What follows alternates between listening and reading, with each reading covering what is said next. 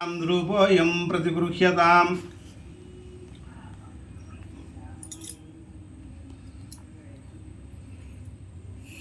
ఇదిగోండి.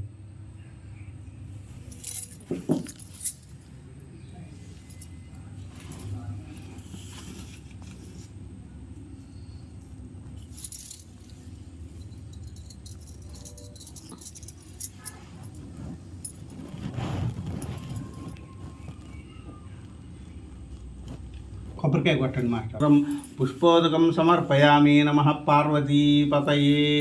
హర హర హర హర మహాశివర్ణం చతుర్భుజం ప్రసన్నవదనం ధ్యాయేత్ సర్వవిఘ్నోపశాంతయే.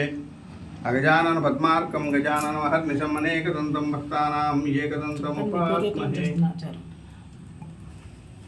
పూర్వం నైమిషారణ్యంలో సూత మహాముని చూసి సౌనకాది మహామునులందరూ భూలోకంలో ఉండేటువంటి ఏదైనాటువంటి కోరినటువంటి కోరికలను తీర్చేటువంటి వ్రతం ఏదైనా ఉంటే చెప్పు స్వామి అని అడగంగానే అప్పుడు సూత మహాముని సూత మహాముని సౌనకాది మహామునులందరికీ చూస్తున్నాడు. పరమేశ్వరుడు ఏం చేస్తాడంటే పార్వతీ సమేతుడయి కైలాసంలో కూర్చొని ఉంటాడు. కైలాసంలో కూర్చొని ఉంటే ఆయన చుట్టుపక్కల అష్టదిక్పాలకులు ఇంద్రుడు, యముడు, నరుడు, వానరుడు, వాయువు వీళ్ళందరూ ఉంటే నారద తుంబురులు ఇద్దరు నుంచొని ఉంటే రంభ, ఊర్వశి, మేనక, అప్సరసలు ఉంటే అందరూ ఉంటే తర్వాత నందీశ్వరుడు, భృంగీశ్వరుడు వీళ్ళందరూ కూడి ఉంటే అప్పుడు ఏం చేస్తారంటే నారదుడు, తుంబురుడు ఇద్దరూ కలిసి తంబుర తీసుకొని గానం చేస్తూ ఉంటే పరమశివుడి యొక్క భక్తుడైనటువంటి భృగురీటి ఏం చేస్తాడంటే నాట్యం చేస్తాడు. నాట్యం చేస్తుంటే ఆ నాట్యానికి ఉన్నటువంటి వాళ్ళందరూ ఆనందపడి నవ్వుతూ ఉంటారు. నవ్వుతూ ఉంటే అప్పుడు ఏం చేస్తాడంటే పరమశివుడు పార్వతీదేవిని వదిలేసి సింహాసనం మీద నుంచి లేచి వచ్చి భృగురీటి దగ్గరకు వచ్చి భుజం మీద